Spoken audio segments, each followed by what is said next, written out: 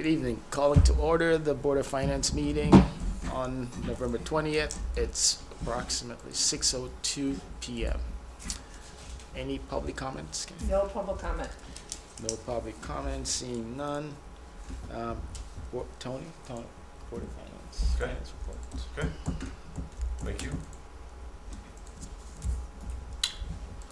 So I have a, report for through October of this year. And it's a small year-end surplus, just over $50,000. The major items for the year so far is loss of income from the Child Center of $60,000 because the Child Center closed sort of late in the budget process last year, and we didn't have an opportunity to make that change. Secondly, we have the police contract, which we are diligently working. We've instituted the increases, and we are diligently working through retroactive pay. And that's retroactive pay for 2.25 years. So that's mostly Gay doing that. So we thank her for her efforts. And so that's going to have a big impact. But I'm currently not 100% sure how much. There's a lot of moving parts. There's, in addition to the retroactive wages, there are 2 vacant positions in the police department. There were 3, and 1 was just recently filled. There was just a recently filled deputy chief position, and so those, depending on how all that shakes out, there could be some contributions from the police budget for the retroactive wages. Did you say they just filled the deputy chief position? Yeah, as far as I know, right? They made a decision on Monday. We have yet to meet the individual officially, but I think it was, yeah, it was on It was Monday. officially, yeah. Yeah, How long was that vacant for? It seemed a bit, not too long. It was because Ron was, a few months Okay, that Ron yeah. took over. I think when Frank left in July or August. Right. So, Right. good. The other item is the Amity School District. I reached out to to Amity to see if they had any update for their year-end of 25 operations, and they're reporting an estimated $305,000 reduction from our March 2026 payment, resulting in a surplus from the 25 operations. So it's possible we may need some of that for some of the retroactive wages, as opposed to using contingency. I suppose we can use some of that and save our contingency for other things. In terms of the retroactive pay, what was it, 3 years? It's 3 years? fiscal year 24, fiscal year 25, and then first 3 months of 26. And I remember we had some vacancies, and we was kind of offset some of those Right, vacancies. the vacancies will help offset that, and it's only retroactive pay for those who are still on the payroll. So there, during that time period, there's several that left that do not get retroactive pay. But the vacancies are all included in the budget. Right? Correct. So that's all favorability. Right, we Okay. fully fund the budget with all the positions, so if there's a vacancy, then it's, helps out the budget, yeah. Okay. Okay. Any other questions? No. Status report at the end? The audit is pretty almost done. We have our new audit firm this year. It's going very well. I expect to have a complete draft by next week. So I'm hoping to issue in the first or second week of December. I'm part of a state oversight group for other municipalities, and I'd say roughly half the municipalities do not issue on time. Maybe a little less than half. Okay. Wow, it's pretty good. There's several that are still in, haven't issued 24 yet. So All right. we're doing well. The Amity enrollment update. That was more for an FYI for you because, Yeah, I saw it. It's pretty early. 33% of the. yeah, That was kind of funny. because our increase, our percentage goes up from 35.439 to The orange is down 35.717. Pardon? Orange is down. Down 19, right, right. So even though ours pretty much stays the same, because they're down 19, it creates an increase for us. yeah, Bethany. Bethany was up 4. So, Yeah, I was at the Orange meeting, and I was speaking to one of the gentlemen that represents Orange, and why are you guys always down in Orange? What's going on in Orange? Obviously, people are moving out of Orange. Woodbridge is up. It says, 1 here. I thought it was 7, but 1, yeah. Yeah, And so one. the impact on the budget, without any increase in the budget, $158,000. all right. So I guess Tom and Javier missed the meeting with us on the Board of Selectmen, and we went over 2 items the Board of Selectmen wanted us to discuss amongst ourselves. One being the municipal motor vehicle option and the homestead exemption. So with Tom and Javier, who weren't here, I don't know if you want to give us a refresher or rundown of. I watched the meeting the next day, so I heard what you all talked about. So did I. Yeah, so Okay. that doesn't mean Mika don't have to give up. I mean- On these particular 2, municipal motor vehicles, it's really a matter of what does the Board of Finance feel in terms of the option that we have to, for all intent and purposes, increase the motor vehicle depreciation by 5%. So, so it's one of those things you may have a different view on it, particularly in light of some of the things we're trying to do for elderly tax credits and things of that nature, because it could potentially bring in about $180,000 of new revenue in terms of, or it won't. I think a more accurate depiction would be we won't deduct by $180,000. Right. Because otherwise we would collect $180,000 less if we did not do this.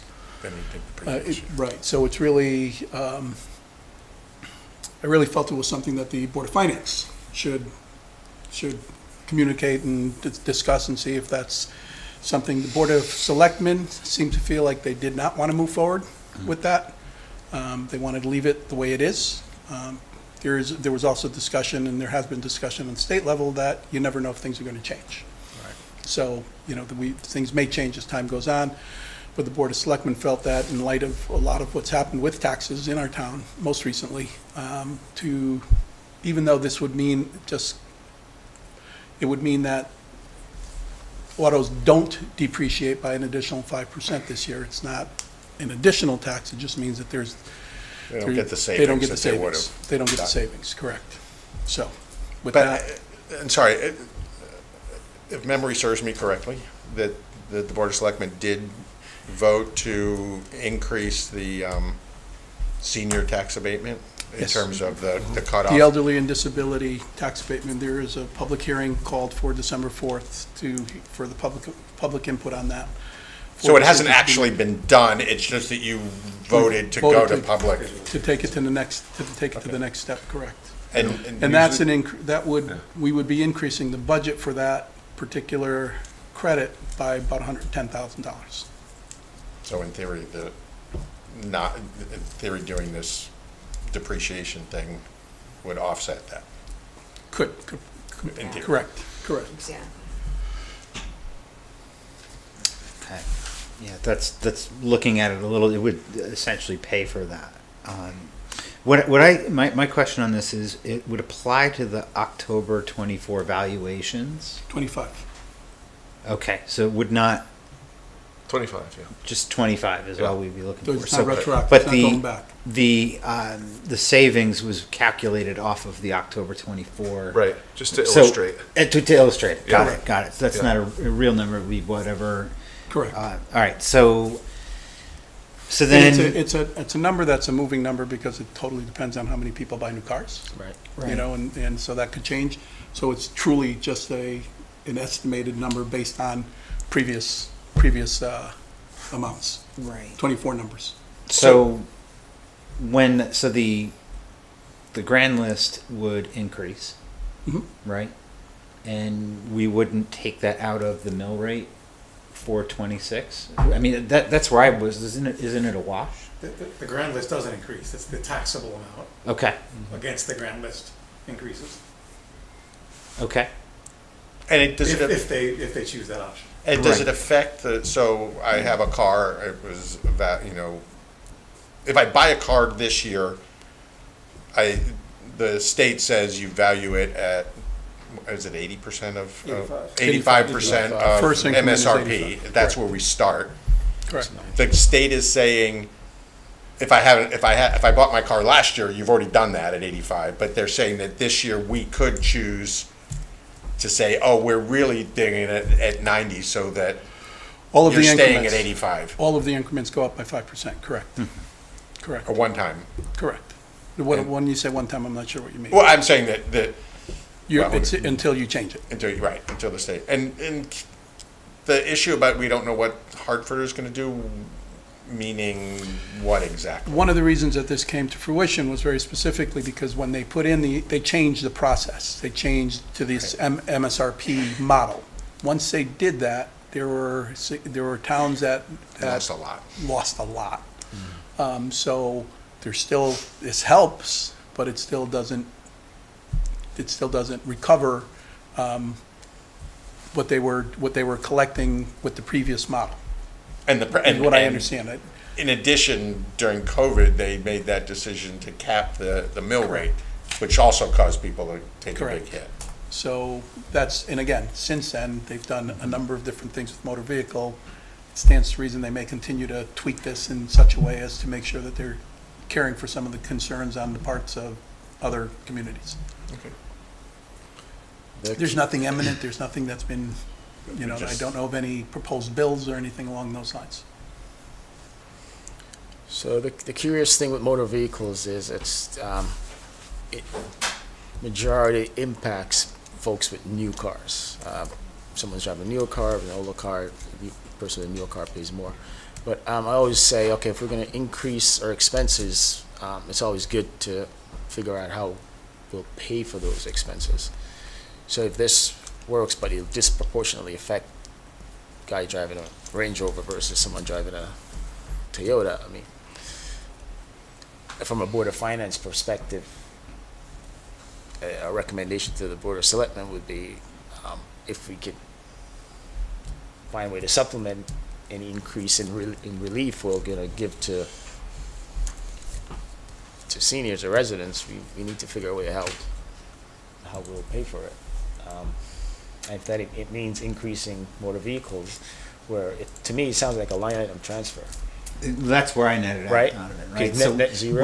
without the senior component, right, there would be tax savings that would be passed. We collect more and be tax We savings collect on more. the residential side. Right. But we're actually using that to fund the senior. To fund so it's like Yeah. let's get 200K from one. So it allows us to give It's like- seniors right. relief, basically. And if my car is newer, I'll just pay more than But the example that was best provided cars. was that it was like a $28 impact or something like that. That was the Right. number. To individual. They just had an example of like $25,000. on a $25,000 Yeah. car, right? Right, It was right. worth $28, Right. right? Well, Correct, yeah. And the other thing to think about was when the state, I thought it was a little strange when the state, I understood why they did it, but when the state capped the mill rate, then people who bought expensive cars did real well. Because, you can only, the mill rate was that. And again, if we suggested to put in this the 5% increase, it would affect those with the more expensive cars more. But I don't know, it's not a lot of money, so. It's an option that's available, and from my perspective, one of the, something that it comes down to is, do you want to spread, let's use the $180,000 as a number. Do you want to, if we don't collect that $180,000, are we spreading it? We will be spreading that amongst all of our taxpayers, if you will, the entire base. Or do we collect it or impose it for those people who are specifically impacted by this particular element, by motor vehicle? And, there's no database that we can look any information up to say, who are the people that it will impact the most? Who will be impacted, to what degree, things of that nature. So, now the percentages are lower. As your car gets older, you're paying less. So the older the car you have, the less impact it should have. from And that people on fixed perspective, income may not be buying a new car, so Right, it may Right. that's true. be a may good not way. necessarily impact them as Well- great. We hope. So my comments on this are not from a town perspective, it's more of from a micro perspective. Who does this impact? Who does it benefit the most? Because we need what we need to run the town. However, I don't think that we want to provide relief to those that we're looking to provide relief to by raising their taxes. And not everyone in Woodbridge owns a home. Almost everyone in Woodbridge owns a car. So raising the taxes on the motor vehicles is not, I understand it's not a big amount nominally, but it kind of works against what we're trying to accomplish in terms of tax relief to those who tend to need it the most. Also, I don't think the juice is worth the squeeze. It's a lot of administration and procedure and tracking that I don't think provides the benefit that we're looking to accomplish. I think that moving the shells around is not where we want to get to, in my opinion. Yeah, I agree. But wouldn't we effectively increase the taxes as a result of the elderly program? Like if we didn't do this, right, then the taxes would go up on the residential side, right, to fund that. So I think you're getting a tax increase one way or the other. Well, there's no question, but Right. again, you have to look at who owns the property, who owns homes, Fair. and who owns Yeah. cars. Even renters in Woodbridge Cars, right. Get pay hit with the motor vehicle tax. Yep. That's all they pay. Yeah. Well, unfortunately, homeowners should get the benefit, especially the residents that's been in town for significantly, let's just throw out an arbitrary 10, 15 years. And if they're on a fixed income, I'm okay with raising car taxes on someone who's renting. Because I think it's more beneficial, especially if someone whose taxes have increased significantly, and what significantly means, you could look at income and age and, longevity in town and so forth, but, and I guess if someone's significantly about 25, 30, 50% increase in taxes, I'm okay with them getting some sort of relief. But what Scott's saying is, right, if taxes go up, it gets divided across the entire town. If you raise motor vehicle taxes, it's disproportionately, again, to the people who drive newer cars. And it's kind of like someone's paying taxes for the going- elderly exemption, so it's going to come from motor vehicles or it'll come from Right. the residential Everybody. side. Right. I mean, it's one way or the other. If we go forward with it, there Right. needs to be a hearing. So, but What's the recommendation? Do you need a motion or something? Or No, you just actually, want consensus? that's up to you in terms of what you would want to recommend to the Board of Selectmen. The Board of Selectmen feels this is, rather than just taking their viewpoint and just having them, this is a financial issue and it's a town issue, so it's something that the Board of Finance should really weigh in on and identify where they stand on it, because they may be looking at it from a different angle than the Board of Selectmen. One is an elected board, one is not. So it's so that's why I think it's important that the Board of Finance just identify where they stand on it so that that recommendation can be brought back to the Board of Selectmen to see what we want to do. Do we have a consensus, or do we have? Didn't sound like it to me. It So, doesn't sound like it to me either. and that's one of the, I mean, we do technically, but I get Avier's point, but just remember, it's gonna really get another notch in the mill rate. I don't know did you figure out the numbers in terms of how much we would raise and It's, the example that she gave was just, like 100? is illustrative of what would have resulted if we did it last year, the current year. Right. That was 80,000, yeah, it's a little more. 180,000. what's And that's not interesting. a fixed amount. Next year, Could be, This- depends that how many depends on- cars are purchased. if Tom goes out and buys a new. My inclination, and I think that of the Board of Selectmen, and I think you hit on it, Javier, in terms of we're not looking to tax additionally. This is an option. Towns have an option. So we could say no. So our inclination is to not tax any further than what people already taxed. However, one of the things we do want to provide is an expanded elderly tax credit for those people who really do need it and were impacted by what's happened. So we will be increasing that amount. That will increase our budget because that's an expense item. So do we do something that will recoup those dollars in some way that's shared by, I think that's to your point, Yeah. by people who own cars as opposed to the entire base? And, so that's, to me, that's kind of the question that we're asking from, and it's, And I'll tell you, when it first came up on the Board of Selectmen, I was of the same mindset that I didn't know that it made a lot of sense. It was moving the shells around. And then as I started thinking about it a little bit more, it was, well, virtually everybody in town owns a car. And so it's my- hitting everybody anyway. Yeah, my kid was at home owning a car, so, of course, I'm paying for it, but I'm saying, there could be a lot more people in town with cars than have houses. Sure. And that may be a way of, You're peanut buttering it across the broader. and maybe a little bit thinner Yeah. across the board. So I'm sort of torn. I mean, I don't like the idea, but I'm also worried about all the other things that are coming into the new budget. I guess outside of just motor vehicles, I'll ask, have we realized the increase in revenue from the Toll Brothers? There's an increase, Tony, I don't know if you want to take that or you want me to? Yeah, I could tell you that, Maybe some of that would there offset. is an that. increase coming. It is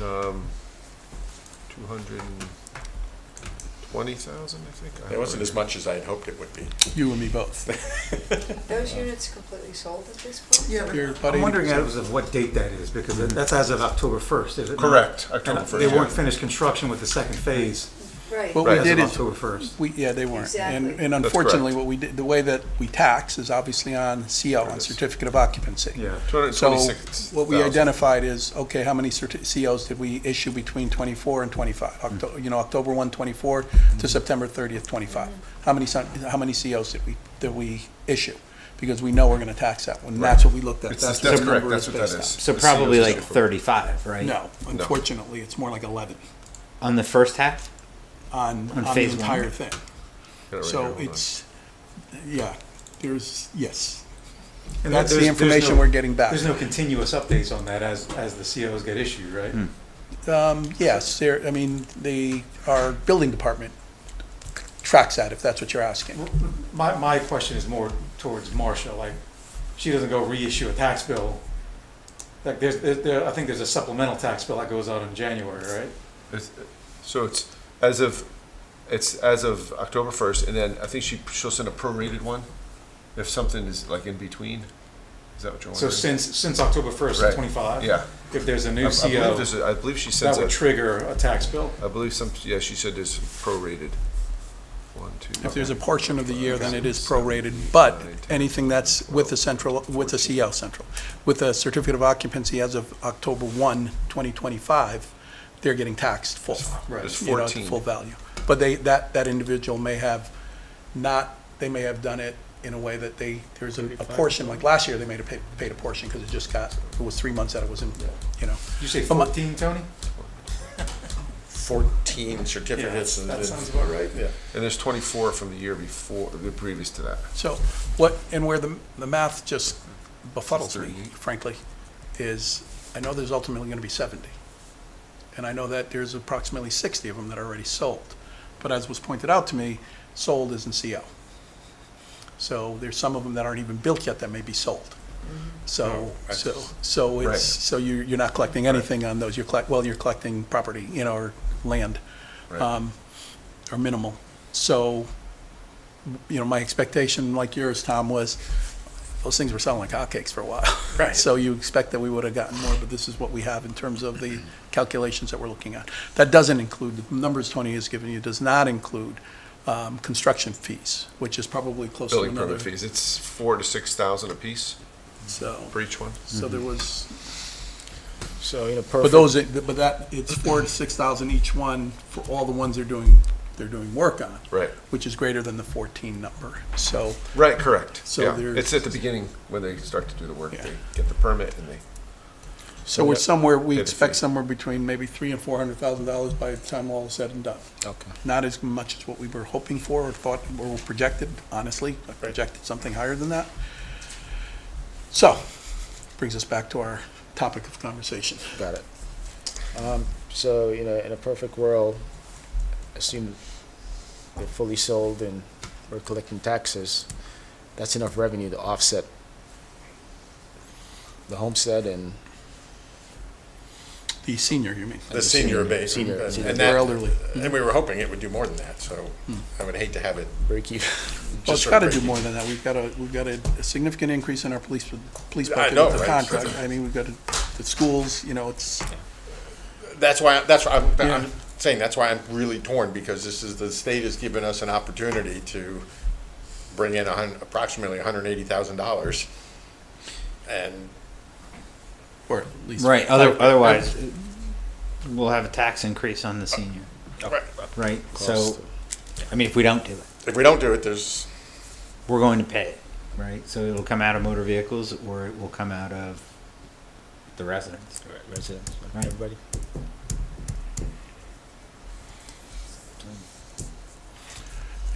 Again, I try to look at it similar to what you mentioned before. Who's it help, who's it hurt? What's the impact on, you know, our community? And, you know, it's not, chances are most people who have property have a car. So they're paying both. It's not like you're missing a group of people type of thing. People who are rentals are now going to be paying they're paying taxes on their vehicles. The folks it would impact folks like yourself, and like myself, who have multiple vehicles because we have kids living at home or whatever the case may be. So those people would be paying more. More. And the folks who have one car, an older car, they wouldn't be impacted as dramatically. So, but if you bought a new car, if you have a, you know, higher end car with, you know, with, in terms of the value, you're gonna be, you know, and it's, the other thing to remember is it's not an increase to anyone this year. It's less of a savings, as you said. right.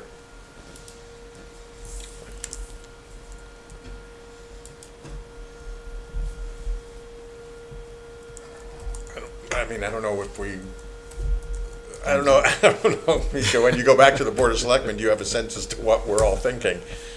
I don't. Anything more? I just think if you're trying to raise $180,000 and you try to spread that across the motor vehicle pool, that's a much smaller number. The real estate, the residential real estate pool is in the billions, right? So if you spread that across billions of dollars, the increase is unnoticeable. Take that for what it's worth, but I just don't think that the motor vehicle pool, it provides enough relief or impact for us to undertake this. as But a- do you feel like there's value in us collecting or identifying this as an additional, it's not a revenue stream, I don't want to say revenue, as you know, but you I get it. understand what I mean? Yeah, I don't. Okay. I do not think that raising taxes to pay for a tax cut in such a myopic way is such something we need to spend more time on than we already have. I'm okay with that. Me too, So maybe that's our consensus. yeah. I don't know, Scott. I would be in favor of it, but it sounds like I don't think we need to have a consensus, like, I don't. There we you go. know. No, I don't think we have to have a consensus. I yeah. just mean that The Board of the Selectmen Board of has- Selectmen asked I us mean, to I- talk I about see it. all- Motion, I see all take your a vote, points. and I that's see. fine. You don't need a consensus. Yeah. What the Board of Selectmen Yeah. did is ask for a recommendation, so I do think it's something that there should be a motion made and a vote taken so that you understand what you're gonna do. All right, so before we do a motion, I guess we want to make sure we understand that the net impact will be zero. No, the net You say impact. raising, because you're raising, then you're crediting. No, It's if we like don't you're do it, going- right, taxes are it's going to like- go up due to the senior abatement, Yeah. right? Exactly. So it's just a matter of. It's just a question of whether Yeah, we want the I- bucket. I see your point, right? Like this is, if you bury this in residential, right, and motor vehicles, you're spreading it across more people, right? More individuals, right? Because of the, I agree with Javier in that, very much agree with Javier in terms of the monetary base is so much significantly higher on the general tax base perspective, that it's the impact is minimal, you know, in terms of what people will notice, as opposed to on the, Well- it's 5% that they would have otherwise had on the motor vehicles, period. If they notice that. If they, I mean, I think the average A lot of person in people- town probably didn't recognize the change Right. in the MRP until they got Oh, their tax no, bill. there were a lot of Until people they got that- the tax bill and said, wait, what the heck Exactly. happened here? Exactly. I think that was far more noticed than you give it credit for, because people actually get, whether they have a mortgage on their house or not, they get a motor vehicle. No, tax bill, I'm just saying, I right? think I think it was noticeable, but. And that change was very obvious to a lot of people I talked to this year. And I'm gonna make a motion, because we're going around in circles. I'm gonna make a motion that the Board of Finance make a recommendation to the Board of Selectmen not to take the 5% option. I don't know how to word it any better. Second. Okay, you got that? Yep. And I think we've had our discussion, so. Yeah, we beat probably that should one do up. that. Anyway, should I read the motion first? Any addition? Yes, Is there any additional? So I'll call the question. I think that's his job. Oh, it's John. I thought anybody could do that. No, anybody can call Oh, it. no, Yeah, you're anybody. right. You're right, Tom. You're absolutely right. so, I guess our recommendation is for Board of Selectmen to move. We have to forward vote. We gotta with vote. So, We gotta vote. 4, All in favor of the motion, All which in is favor. not to accept the, Not to recommend. All in favor? 3, All three in favor of the motion, yeah, opposed? I would be opposed to it. 2. Motion carries. All right. homestead exemption, Mika? This is a little bit more difficult. Should we make a motion? No, this one's, I think, really a discussion, Tom. Yeah. Okay.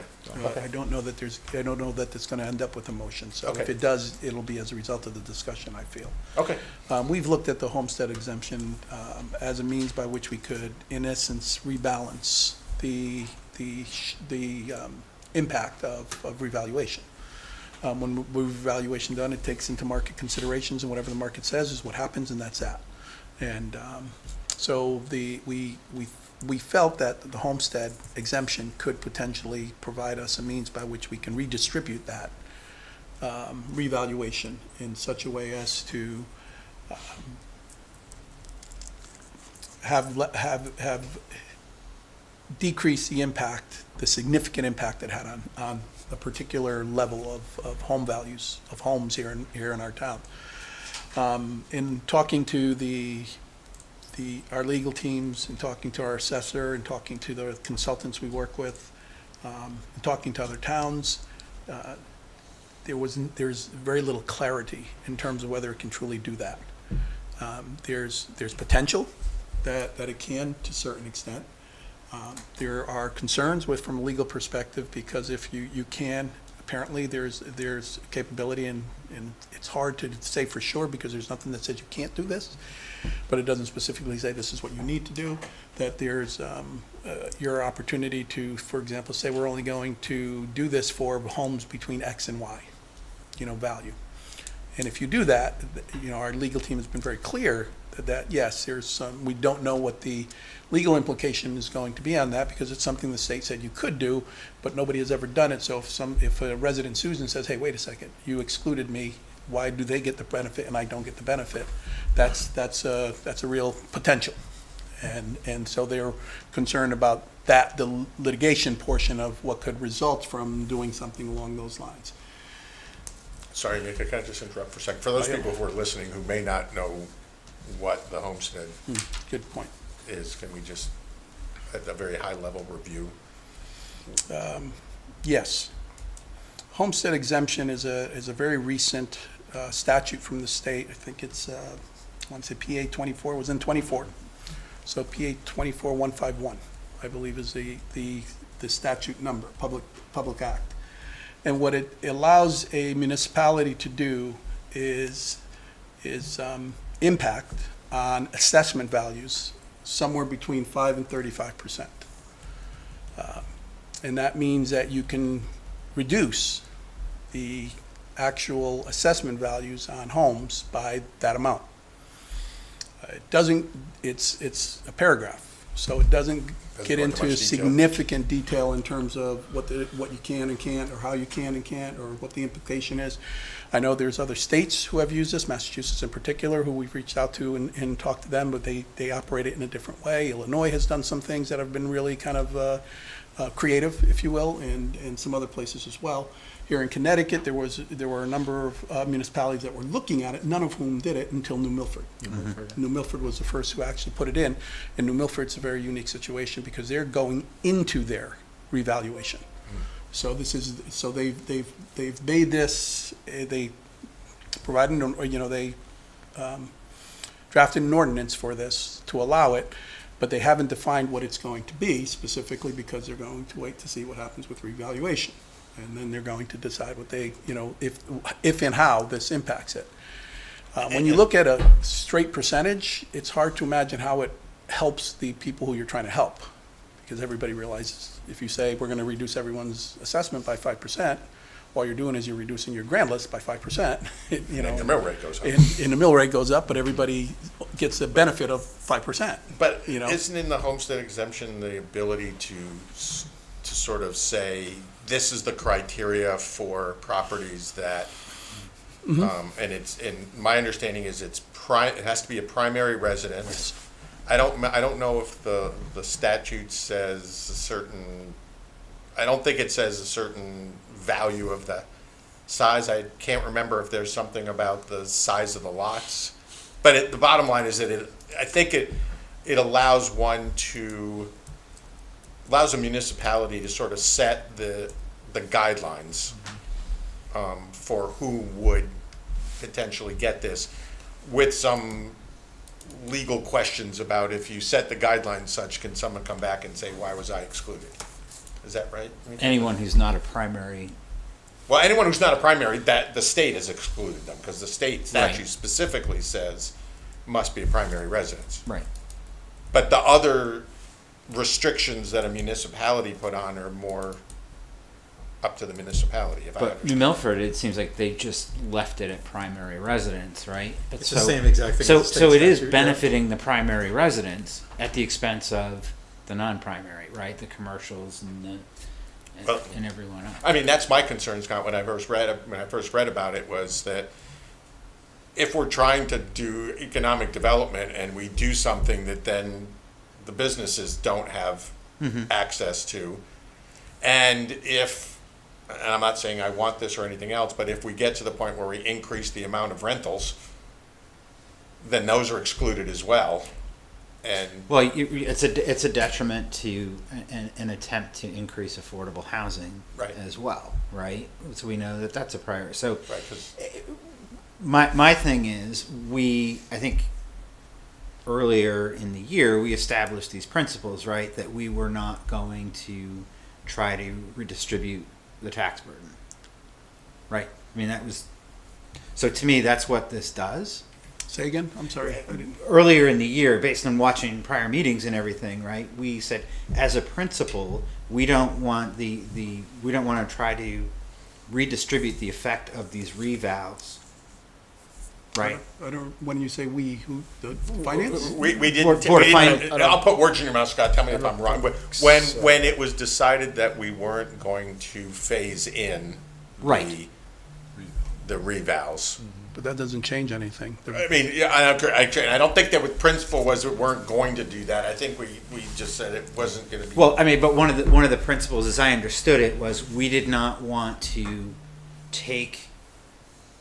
we didn't want to go back and impact someone who was getting, say, a tax decrease, Right. right? That- Because maybe I misunderstood it. No. I think I think we were looking into options. I didn't That's think one of the that was- criteria. Yeah. Right. In other words, that was one of the implications. You're talking about phase-in. If you phased in, that Right. means your mill rate would go down less, significantly less. So a mill Correct. rate that was 46.2 6 something would Mm-hmm. go down to 43 or 43, I think is what we're 43, calculating yeah. on it, which means everybody pays, everybody who would have otherwise realized anything in terms of relief realizes either less or none. Or in those people, in some cases, those people would be paying more. So- Right, but, so- or not as, they would not see as much relief, Correct. right? I mean, so it was, you didn't win as big and you wouldn't have lost as big. But there were also, So- that's on the high end and on the low end. Right, Correct. So right. the high end, they get relief, they're not paying the full amount up front. Right. These people save a little bit more, but the people in the middle, Mm-hmm, there's people who would pay more. In right, other words, they would have to pay more. right, And there's a significant number of those people who would ended up, because of the mill rate staying where it was, they would end up paying more, for that period of time. Now, keeping in mind, at the end of the day, over a 5-year period, phase-in or no phase-in, you're paying the same amount of taxes, period. as a town, right? I mean, As a- you as a eventually, resident. I guess, As a I taxpayer. didn't want to re-debate the phase-in, right? Because to me, No, I'm not. what we're looking at is trying to basically apply tax burden towards the commercial, right, in order to provide this tax relief. So we're kind of saying, Commercial and residential. and the residential, well, residential and development side, right? So basically rentals, Apartments. right? No, This wouldn't hit them. no, it And would be. the non-primary. I mean, there are residents. residences who, if we did our calculation, we were looking at it from the dollar perspective. So you Right. take off $50,000, what would the impact be? There are residences Mhm. who will pay more this coming year Right. as a result of it. Pay more, not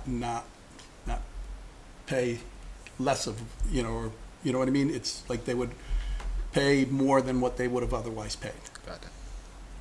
So, Right. So what you're saying is if we did the homestead exemption, we were gonna remove X amount from the grand list. Therefore, anyone who didn't get the exemption, or even the people who did get the exemption, Yes, the mill rate everybody. goes up. mill rate goes up. So everybody is gonna pay. Correct. To give some And- people, And what that everybody pays more because the mill rate goes up. Right.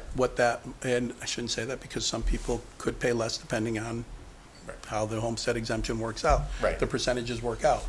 But yes, and it affects folks But it- as you might imagine it would affect. Some folks there are a few folks, just a few, handful of folks who, I mean, it's thousands of dollars that they would pay that they would otherwise not.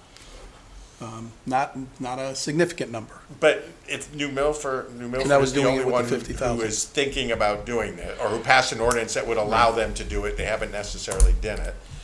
And my perspective on this really comes down to, we want to attract businesses to town, and this seems to be, in some ways, anti-business, because they would have to pay more. What I'm is. hearing is it's a wash, right? Like, so that there wouldn't really be a tax benefit for anyone. Or are the non-primary residents paying more? That's how I understood this. Well, anyone, Right. again, I'll try to put words the way I understand it, which is probably wrong, but anyone who doesn't meet the criteria for the homestead exemption Will be supplemented. will be paying more. Yeah. Right. And depending on Right. how how the Board of Selectmen choose the criteria for the exemption, that will be more or less, the number of people affected would be more or less. It affects all the businesses, it affects all, and I'm calling, if someone puts up, I don't wanna say it, if someone puts up a multi-structure building and that would not be a primary resident, so whoever owns that building, Lucy Street, I guess we can use Lucy Street, would have to, just saying, we have something in town Be a that, more- I don't know more if of the- it's, I guess that's a business, Yeah. so therefore it's affected. They would have to pay more, right? It's all the businesses that have to pay more. I guess the way that you look at that is the mill rate goes up. So yes, the same way that the mill rate goes up when we increase our budget, the mill rate would go up. So everybody has, it would be more. And the only people, and there'll be a group of people whose taxes go Who down you're- even though the mill rate And goes those are up. generally the people who you're targeting Right, for that particular, with that Okay, particular. so there is tax. tax savings then, Yeah. for them. yeah. What you would be doing in essence, and just as an example, you say the home's between 200 and 500,000 or 300 and $600,000. You say you're going to give a 10% decrease in terms of their assessment. So now, depending on how many homes that impacts, you're going to have a deduction on your grand list. And Tony, you might be able to do a better job than I am in explaining this, but your grand list is going to go down by whatever that amount is. Right. And then so your mill rate will go up for it because your budget's still going to be what the budget is. Right. So you're going to have to collect those dollars from everyone, I from think the it's hard to taxpayers. just see how it, That's what to you said. see actual numbers. That's I what mean, you said at the very beginning of the discussion. You're redistributing the Yes. tax Right. burden. Yes. Right, and that's kind of what I understand, whatever, I don't wanna go back to that. So, is there, as I was like contemplating this, right, from last week, right, is there? It's the same, it's, Scott, I'm gonna finish it's the same thing.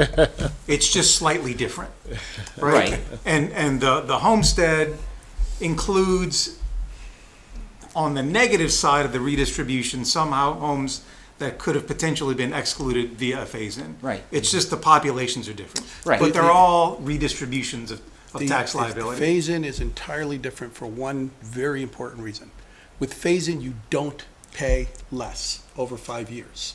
You don't pay less. You pay what you pay what the phase-in, you pay what the revaluation amount says you were gonna pay. Whether it's less, whether it's more, whether you made out in terms of you paid less taxes or whether you paid more taxes, it's the same as if In the you did, end. in the end, after In a 5-year the period. Your year But five let's be tax. clear, So- in the Exactly. fifth year, it's you do the not year- pay it's- less. it's the In under the years curve. 1 through 4, That's you different. absolutely pay less. Right, but That's so not- here, that's so how here the phase-in works. We're on the homestead, right? Yeah. Let's stay on the homestead. 'Cause that But was no, then, this is- that what was I'm then, saying is the this difference now, is, right, with this, your tax bill changes. okay. It's not, with the phase-in, you're phasing in the change. With this, your tax bill is changed. The amount of tax you pay is changed over that 5-year period. Question. I didn't see an end date That's- so it's in perpetuity. It's whatever you decide it's gonna be. Yeah. You can identify, there's nothing that indicates it needs to be one thing or the other. Generally speaking, the consensus in terms of the people we spoke with, in terms of other towns, in terms of the legal people, in terms of the assessor and people like that, it's when your next reval comes. So every 5 years, you maybe take a look at it, or you can put something in there that says, this is what we're gonna do for this amount of, this period of time. So my only question is. Or you can keep it in perpetuity. It doesn't Yeah, because specify. that form that New Milford made on the application says that I understand as the applicant that this remains until either I change the deed or sell the property or whatever. So it read to me like it was in perpetuity. And that may be just the way New Milford is doing it. Sounds like that. Well, they don't know what they're doing So, either, so. I think they're just- my question was. And I don't is say that how- insultingly. No, it's just- it's they're brand new. exploring, Yeah. yeah. Well, so I guess the New Milford is just an example. That's not what Woodbridge do. would be doing. That's just an example of what they're doing. I guess we don't have we don't know how many people would qualify for this. What we don't know is We don't know what the exemption is. the exemption is and what the dollar amount is and Well, who qualifies. So the primary residence, right? Are we confined, like what New Milford is doing, is that what is available, or do we have flexibility? I'm kind of hearing that there Well, is. the only reason everyone keeps mentioning New Milford is because they're the only ones They're the that ones did that have done it. But all they did was copy the state statute in their ordinance. Okay, that's all they did was just copy paste. So I don't know that we should be necessarily taking lessons or That is the examples or template. whatever from New Milford. It's more really trying to understand what flexibility we have What works with the for state statute and what would work for us, For us. if we have any flexibility in that range.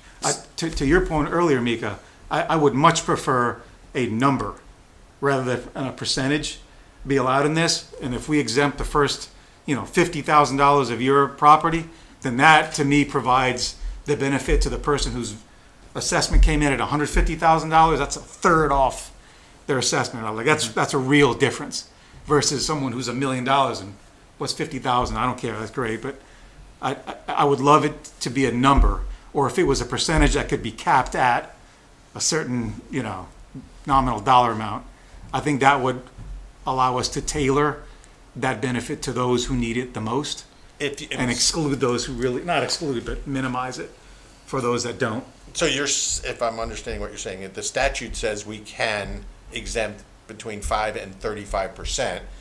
You're saying if we were allowed to do it, it would be, we want to do it at, let's say, 5% to a maximum of $50,000. Yeah, and I don't know if that's possible. It's not. You But- can't do a number, it's got to be percentage. That's one of the things we found out as we dug deeper and deeper into this. We were looking at it with the hopes that we could do a number, and it's really got to be a percentage. Could we segment? So my thought on this was, can we help those that were hit by the reval, okay, and are also at a certain income level, right? Is there a way we could tweak this so we would target the benefit more to those people that they fit both criteria, right? Like my taxes went up and I'm also at or below a certain income level. And I don't know if that would apply here, but is that another way of looking at this? I was thinking about it the same way as Scott, because not because my taxes went up doesn't mean I can't pay my taxes.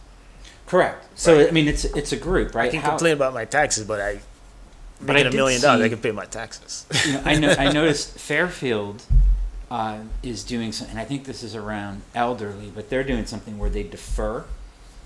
Okay, so you have this increase in your valuation, and it allows you to defer those taxes, basically as a lien until you sell your home, right?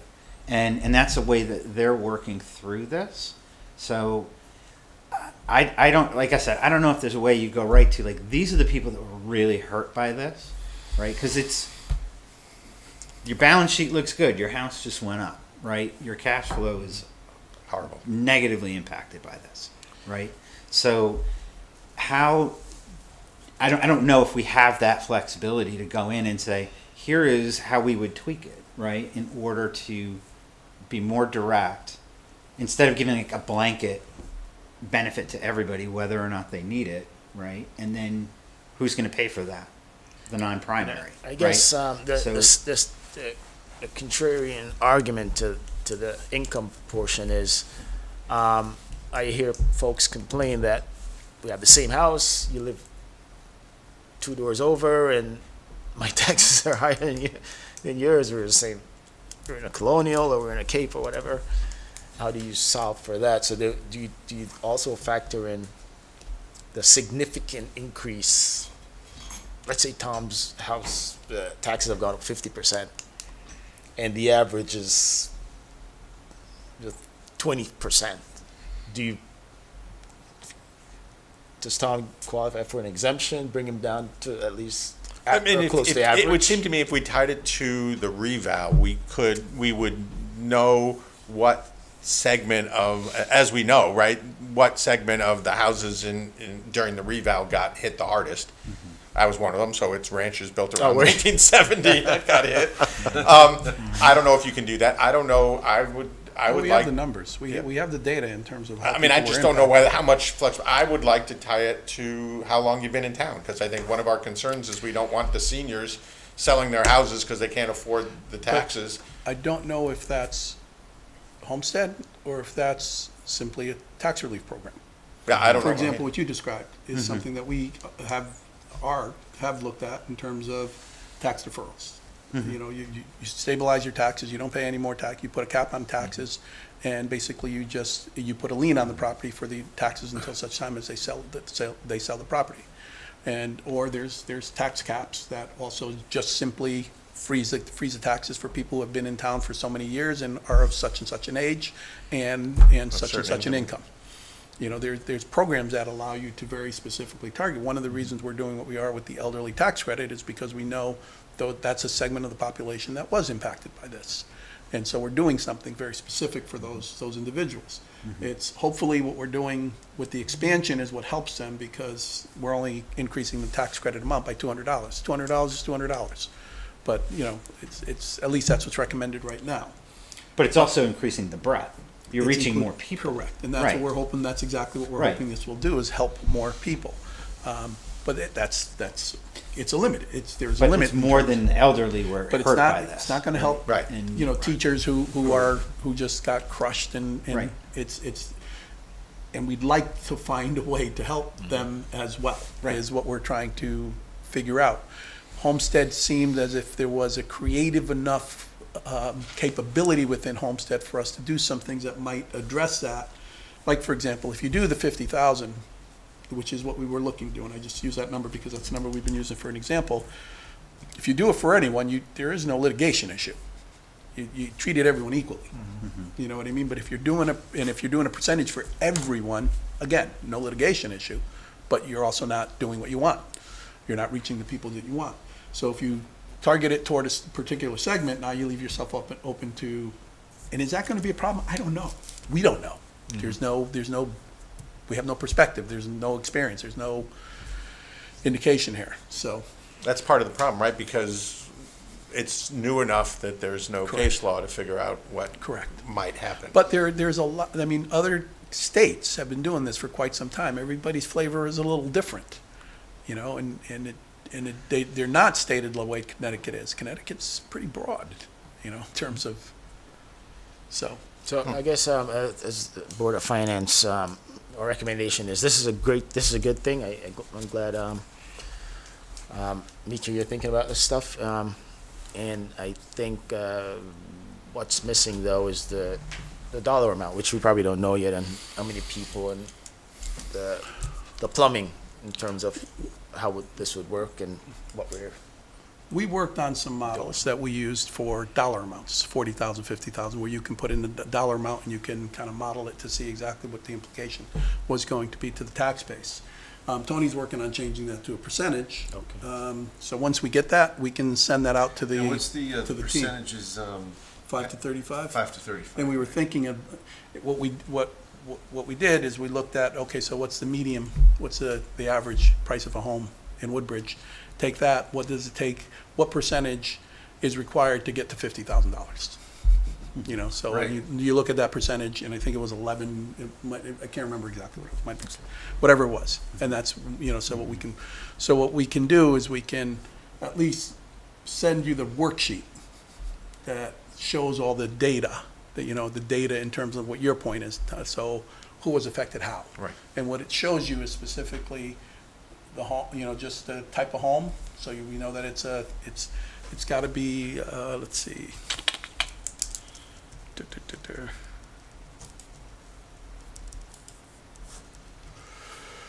Properties that were cited, no, that's assessed value of owner-occupied single-family homes and duplexes, including condominiums and common interest community units. That's what qualifies. And that's what we tried to put on here. That's the ones we used. And we can, and, you know, we're happy to send that once we finish the modeling and let you kind of play with it and see, because those are real numbers. Those are real 2024 numbers. Right. So just to be clear, that group would see a benefit. What group? What you That, just whatever the People who exemption, The that, people we want to reach? yeah, the people who qualify for the exemption would Yeah. see a Oh, benefit. what I Right. just read, Right. those. So that the taxes then would be made up by those that are not in that group. Correct, and a little bit by that group as well, because the mill rate goes up, so they're gonna Right. be impacted by the mill rate. So their overall savings is less the difference between what they saved net. and the I got it. actual Right, increase in mill correct, rate. that's correct. Okay. But, okay, so it is moving from here to here, basically. It has to, Okay. that's the only. I mean, this is the only way to do The only way it, to do right? it. So, So, and it's what is the implication on all our, you know, on the taxpayer, on the taxpayers all? Awesome, great discussion. So what we'll do, from an action item standpoint, we'll send you some materials on this, and you can take it up again next time, and we'll go from there. But to be clear, one of the reasons that this is on your agenda is, again, because the board feels and I feel very strongly, we need help on this. This isn't something we should be looking at just, Tony, myself, and Marcia to try to figure this out because, we're talking to the right people. We're not getting anything that makes us feel like we can present something to you folks. So maybe what we need to do is get your help to put something together. Along with our town attorney and make sure we're. Exactly. Okay. All right. Thank you. Move along. Approval of the minutes on October 16, 25. Any? All right. Make a motion. to I'll approve. second it. I Second. have one correction. That's Go ahead. okay. On page 2, the headline is Budget FY 26-27. The first line, Donovan Loftus made a motion to accept the schedule of FY 7. Oh, sorry, that's a typo. That's a long time ago. I'll correct that. That's it. It's a good thing That's we it. finally I got that caught. corrected, right? Oh, thank you, Beth. Thank you. Appreciate it. First Selectmen's report. Mika Cardoza. Can we vote on the minutes? Oh, yes. Oh, yeah. Roll call on the change We have Did to- we- Vote on the minutes. As Yeah, amended, yeah. I guess. as amended. A couple of things that I feel are worth reviewing with you folks, or just making you aware of it, is the Warner complex that just came up with Lucy Street. Somebody mentioned Lucy Street. The Lucy Street complex right now is, I think it's been going on for quite some time, that the current owner is looking to assign the lease to someone else. We've been through one potential buyer who we didn't feel was the best solution, and the owner has vetted a number of others, and he signed a letter of interest with a group called New Samaritan out of North Haven, who specializes in affordable elderly homes, elderly units, complexes. As I say, there's a letter of interest signed. I'm not sure exactly when their contracts and all that gets signed. The parties involved in this are obviously the tenants, the complex itself, the owner, CHFA, who owns the mortgage on this, Mr. Capone, who is the owner of the facility, and the town. The lease specifies that the town must give their approval, because we own the property, must give our approval for the lease to be assigned. So we've also vetted New Samaritan, great group, everything seems like this would be a win-win. There is real potential for one of the things that has occurred in that complex is that, standard maintenance has been deferred for quite some time. His philosophy has been to keep the rents low, which keeps them under, they are under market, and they all qualify because they're Chaffa, they all qualify as affordable. It's the bulk of our affordable units here in town.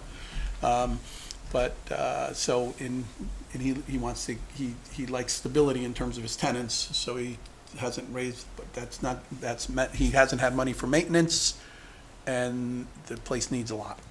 So we worked with Chaffa, who financed a capital needs assessment, and they're in need of somewhere between $1.8 and $2 million worth of upgrades or maintenance work.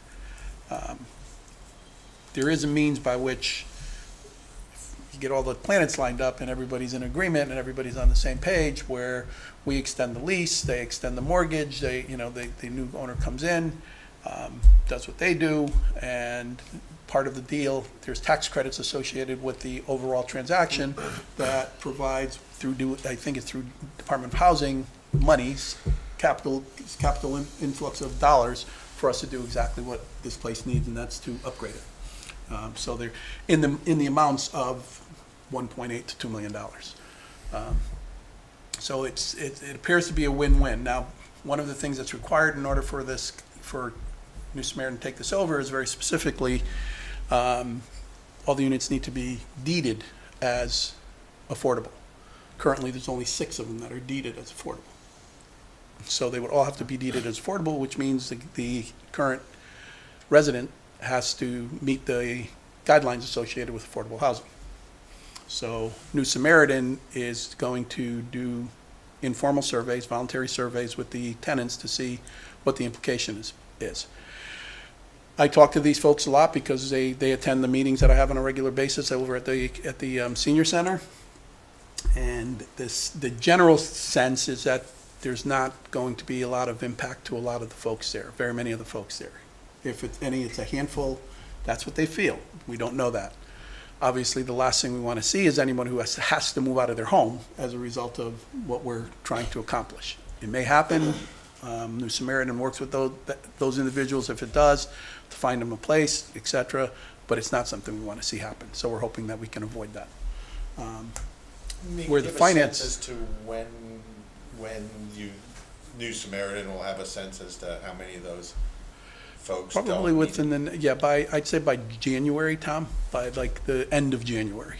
I would say that they told me this week that they expect to start within a week or two in terms of interviewing and or surveying the people. So I know that's gonna take some time. What New Samaritan also looks at, and it's not just New Samaritan, it's the groups that do this type of thing, what they look for is tax credits. So they don't pay taxes on the value of the property, but rather the rents that they're collecting, so that they keep, and that's obviously in an effort to keep the rents low. So they're able to keep the rents lower. So if they have a revaluation where, if something spikes, they're not spiking the rent for the individual residents, and it's stabilized, which means we agree that we're gonna collect less. What that less is, we don't know yet, because it depends on how we outline the agreement. But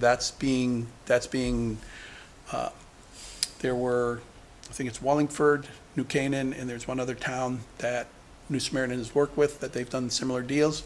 Our attorney group has done very similar deal with New Canaan. It's not necessarily New Samaritan, so we've got perspective and we've got examples of what we're looking to do. So there is, and we will send you, if you'd like, the data, the information, the documentation that goes along with this, so the prospective ordinance is required for this as well. So more just wanted you to be aware of the fact that this is all happening, that it would be something that would, if it continues, one of the asks on the part of the new owner is for a tax program, tax relief program, and we're working out the details as to what that really amounts to from an overall standpoint.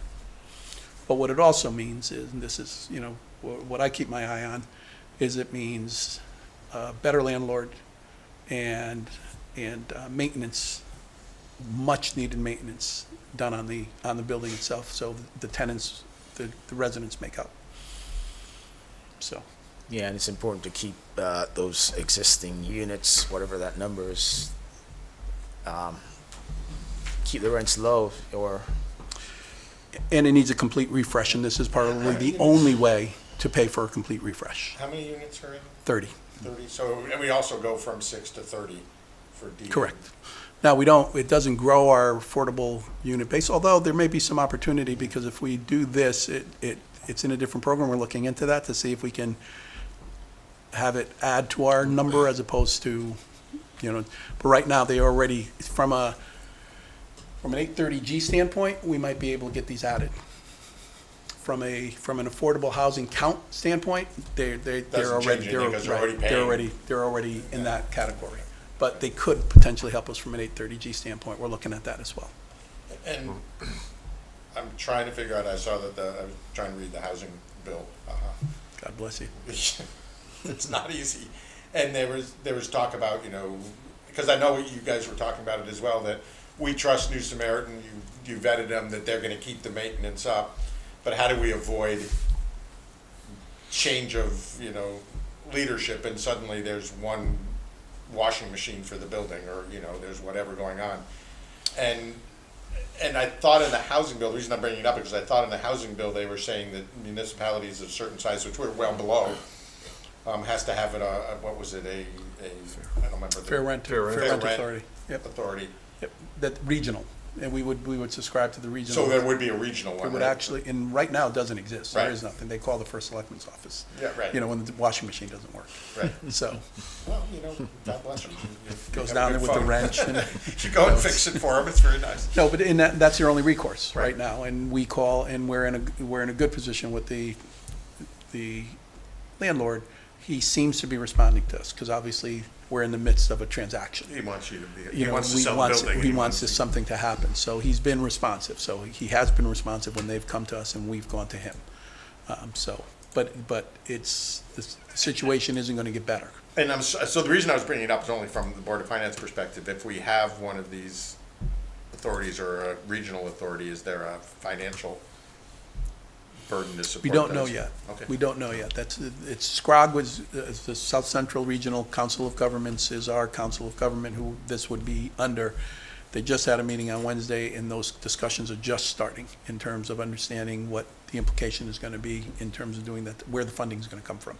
I was just curious. Yeah. Just, the only reason I'm bringing it up is if we're giving a tax abatement, but we also have to. Yeah. you know. There is money the state is putting toward this overall, but it goes to a lot of different things, There's never enough money. so. So just to clarify, the existing owner doesn't have a tax abatement currently, Correct, and the new buyers are looking for a tax abatement? Correct. Okay. correct. So that was one of the, we talked about the elderly and totally disabled, the other tax relief program that the state has provided an option to the municipalities for is for the veterans. And that's specifically for their land. Right now, a veteran, 100% disabled, there's a very specific term that I'm not using, but there's a qualification requirement for particular veterans that provide them a complete, if I'm not mistaken, credit, 100% credit on their, For their dwelling, for their dwelling. correct. Currently. The state's got an option to offer that also to, 1.5 acres, I think. it is. of property. I think it's over 2, or a maximum of 2? A maximum of 2, yeah. Maximum of 2 acres. Board of Selectmen feels that this is something for the veterans. There's a limited number that we have. It would also apply to widows of veterans who may not necessarily qualify right now for this. So that's something else that they're looking to expand. And we talked about the homestead agreement. Aside from that, there's negotiations going on for the AMR contract, and that's just going on. In terms of, we have to sign something by the end of October. I'm sorry, the end of December, thank you. And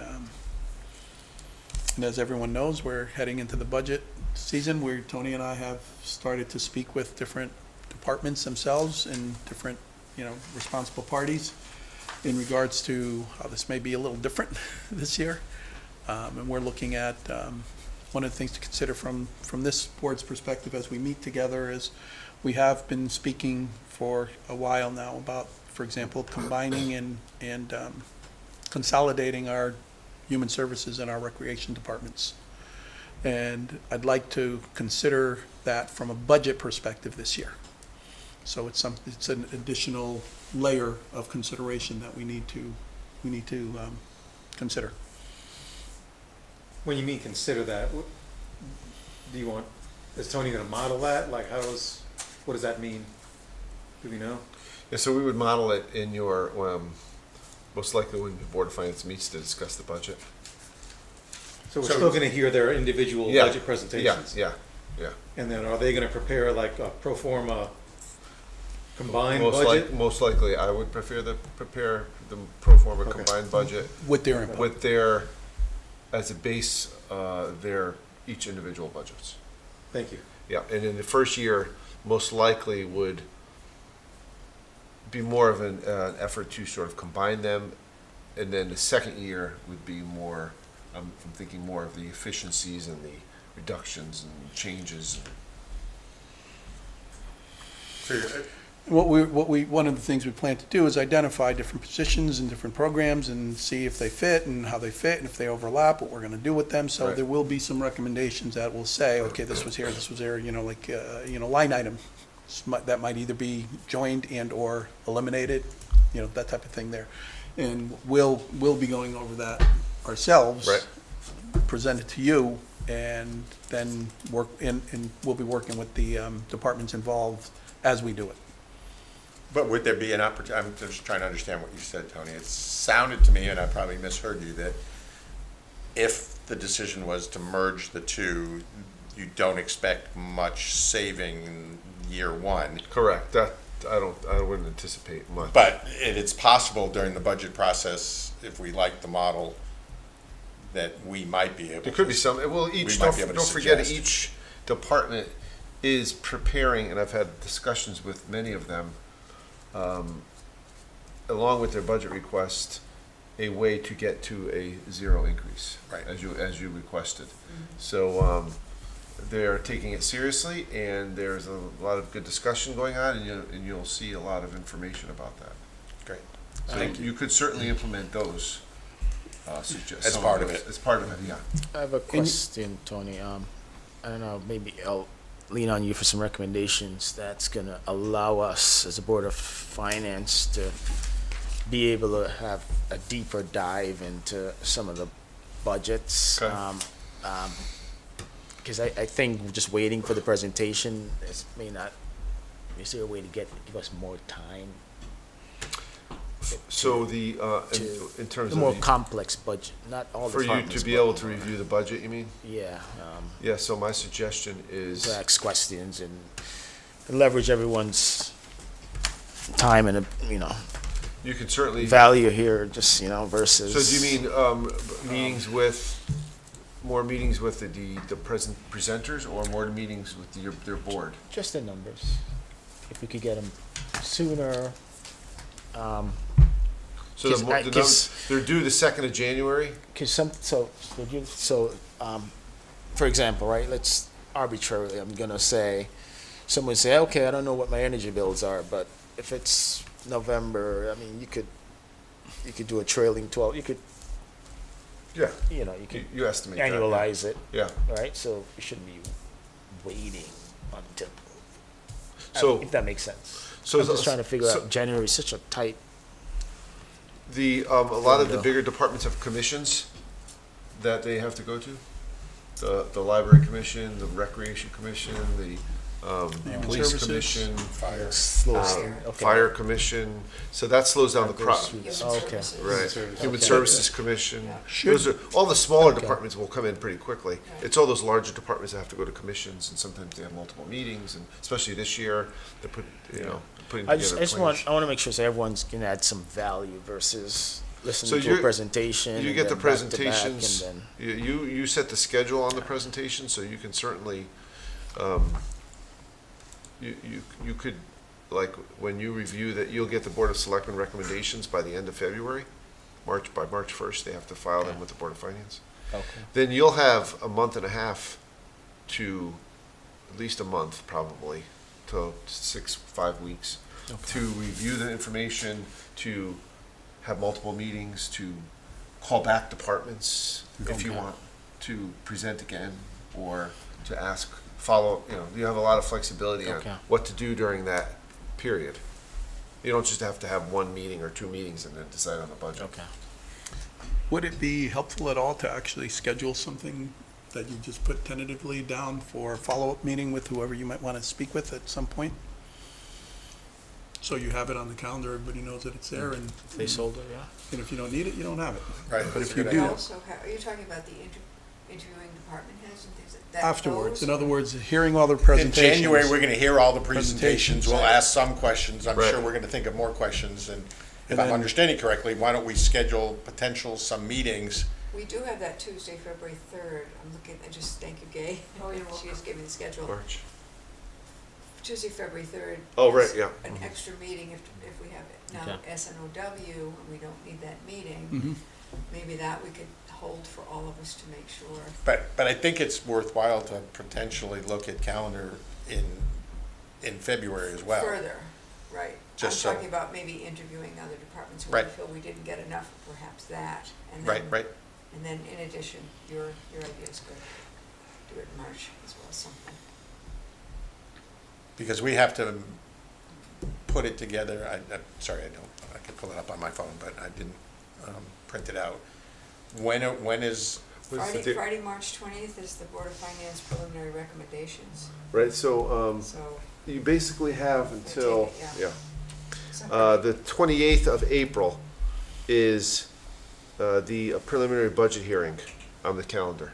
okay, So we need enough time for you, when you make your recommendation, for us to get all the information together from your recommendation. and to send it out to the town. And distribute it. So that date is what, approximately? I mean, you don't have So- to tell us right now if you don't have to. Mail but- and advertise the public hearing, for the public hearing is April 6th. And how much time before April 6th do you need to? Probably, I say a week or so. So we basically have February and first 2 weeks, 3 weeks in March. Yeah, February and pretty much the month of March, Okay. I would say. Do we want to look at calendars, or do we want to wait till December so we can? I have no life, I'll show up. I'm having fun now, living the dream. Yeah, I just want to make sure we're all looking at the numbers closely versus, You talking Just about in me. March? March? I would think it would be, Because you'll get the Board of Selectmen's budget is in February, February 20th, the recommendation. February 20th. As these budgets get proposed, do they get put into, what's the software, Yes, we have an online, it's called ClearGov. ClearGov? Yes. so we should all, especially for the new folks, get That's what people I'm up to wondering, date. like, is You're welcome to there, have, you're welcome to have viewing access to it. is there any benefit to publishing that as soon as possible on ClearGov to enable that advanced So review? the way it'll instead of happen is- emailing out the folders and all this other stuff? So, absolutely. You could choose either of the options that we have available to you. You can take it on ClearGov. You can get, we don't print them anymore, but it could be either ClearGov or you can get a PDF of it like we've historically done. And the ClearGov would be once the department submits it and I approve it, then it gets posted and then you'll be able to see it In ClearGov. in ClearGov. Right. Yeah. So you don't have to wait until the Presentation. presentation or the week, before the presentation to get it. And last year, we had a handful of members that took advantage of it. I think maybe two or three of combined boards actually logged into ClearGov and, was looking at the information. oh, that'd be great. So, I think that But would That, the- that may accomplish what, I think, what you're trying to get at, right? But it gives you the numbers, but it doesn't give you their perspective, and additional perspective. It gives you Right. numbers and But you'll see objectives. the numbers, you'll see the But description. that should also help. lets you view historical. Yep, Correct. you see Data as historical well, data, and you get to that see the can inform. Very description. helpful. You get to see the upload of documents that may pertain to that particular line item. You can ask questions on it. So if you ask a question on it, the question goes back to the person who submitted the budget. Oh, I never used that. I didn't know you could do that. Yeah. So it's a pretty robust program, and I Do- encourage you all to use it. If Javier asks a Just- question, do the rest of us see his question and answer? I'm not sure. I know I see it, and I believe the department head sees it, but I'm not sure about the rest. It's a good question. I mean, the only reason I'm thinking of is in the odd case that I have the same question as Possibly. Javier. I think maybe everyone can see it, but I get an email telling me that someone asked a question. We have So to we just don't be forget careful that from, answer. going FOIA back and perspective, forth yeah. standpoint. Yeah, you don't wanna FOIA just- you don't wanna- Aspect. That's the So other. it's one thing to ask questions, but It's then designed to you ask have a question collect. to the department head who's requesting the budget. But I think from a FOIA perspective and others, we probably have to collect those questions and present it But back to them. probably, as a matter of fact, on our calendar for probably next week, is Karen was gonna reach out to all the board members and ask who would like to get a link to ClearGov, and Yeah. whoever does, I'll set you up, Okay. and then you'll get an email, and you'll be able to look as soon as it's ready. yeah, especially with some of the more complex Can I departments. save some time? There's a since capital, we're all and here? there's capital and operating. But Do you want to just take it now rather than waiting for the email? I mean, I'm happy to, Christina's not here, but do we all want access to ClearGov? Yes. Yeah, just. Yeah, so why don't we just say we all have, we all want Okay. access, we'll just get it Me to too. Christina. We'll give it to her whether she wants it or not. I'm not sure why we wouldn't. That's what I'm saying, so Okay. then I'll just try to save you guys time.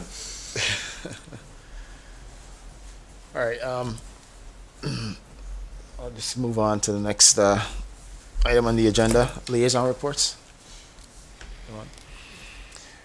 Speaking of liaison, I know back in the old days, we used to have liaisons. I don't know if we wanted to go back to liaison in some of the larger departments. I don't know if that helps. I'm gonna, I don't know if- unless someone objects, I'm gonna continue to liaise Liaison. with Beecher. That's a big one. That's a Actually, big I was one. gonna ask if you Um, would. Yeah, I would like That's to a do big that, one. I mean, if other people wanna do it, I don't wanna. It's hog it, but- optional, right? It's not like it's, it's I'd optional. be happy to do board commission, I could take on, like, fire, for example, I used to do it, and I'd be happy to Be do that great. if no one else wants it.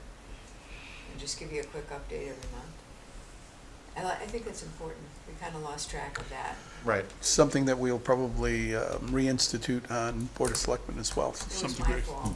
And by the way, you know, the Board of Ed met this week, and I think they approved their budget. I couldn't get to that meeting, and I haven't had a chance to watch it yet, so.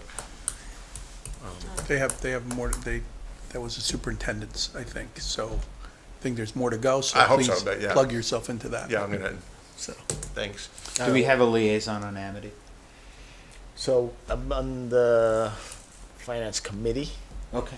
So in terms of a liaison, the liaison would be sitting in the audience, I imagine. So if you wanna- It may be helpful to actually, have another if one. you wanna, I'm happy to do that. Amity? It's a good one to Amity give, Fire. you know, I'd be interested Beecher. if you Beecher. let me give us a quick update. What's the other? Police, I don't know if you have Police is a the big one. police is a big one. the energy to. The only thing I was gonna add is that 2 months ago, I had asked to see if we could schedule, somebody from Amity or somebody from Beecher to maybe come on a quarterly basis Yeah. and give us a real quick update, kind of what, Chris does at the Board of Selectmen meetings, but not nearly as frequently. I don't think it's necessary. I don't think Uh, did you mention that? You're too? saying the superintendent? Yeah, should be able to- it doesn't have to be the superintendent. So I was thinking about that. It could be a member of the Board of Ed, I was right? think- I was thinking But someone about who's that. familiar with the budget that can give us some status updates. Hey, this is what we've seen this year at Amity. Look out, keep This an is eye what out. we're thinking about, in Yeah, addition to like, what the I liaison think is that's the saying, kind of yeah. information we need way ahead of budget Yeah. season. We can mention it to you think she'll be open to it? Who's that? Not Jen? not Jen, but oh, the person you work with on the finance side, controller. I forget her name. Terry? Terry. Terry Loomis? The only, I like the idea, but the only, as I gave it much more thought, is we're a regional district. Mm-hmm. What makes her okay to present to Woodbridge and not? Well, that's go to- why I thought about asking our reps on the Amity Board of Ed. Yeah. Yeah, That's it's what up to I'm them sure. to ask, right? Yeah. Towns, Okay. I think, I don't know. Right.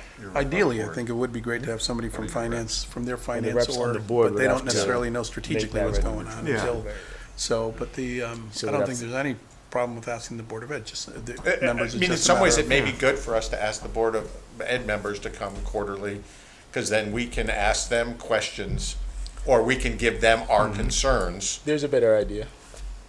so that's, I don't know. If a rep does that from mean, the what Woodbridge you're Board of thinking Ed about, or? to, I don't want to give, add more work to people's plate or time than they don't have, but if that would suffice. Would that meet it if Would if a Board of Ed member comes quarterly? Yeah, that's, What if Something. yeah, that's exactly what I was asking for, Okay. Yeah, because I was concerned, it's regional and with Terry, why would, just get a little. And from the Beecher perspective, we could ask a Board of Ed member to come and maybe Chris will want to anyway. Mm-hmm. Awesome. We'll put it on our agendas to make sure that we remember to bring this up, Yeah. quarterly, perhaps. Thank you. Because it's a big part of our budget and we should be, We start in January, maybe? And I would suggest if we're gonna merge, if it ends up that we're merging rec and human services, that would be a big piece of the We pie want to hear from. that we'd wanna hear from. I mean, right now, we're saying police, fire, the schools, right? Yeah.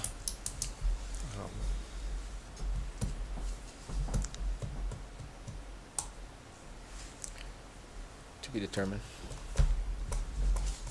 And I'll put in a plea, again, it's just as we start the budget process, the capital, I really want us to have some conversations about the capital budget process and what we're doing. I don't know where it fits into the agenda as in terms of,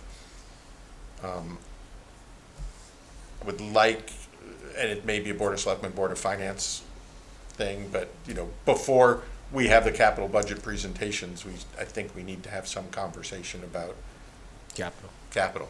A part of the ClearGov access will be capital also. I'm thinking, you'll- you'll- less about the numbers and more about a potential Oh, a strategy. philosophy, Yeah, a strategy yeah, or process. something. Yeah. If people agree, and I know it's not on the agenda, so I agree. Yeah. We could put it on the December agenda. if we could. It's a good point, Tom. If people agree. We'll include it on the We'll put it on next- December. Okay, good. December. All right, what a great meeting today. A lot of discussions. Lots of accomplishments here. I'll make a motion to adjourn. I'll second that. I'll third it. We're all in favor. Thanks, everybody. I'm assuming. Thanks. Everybody seem doesn't tired, have a man. copy.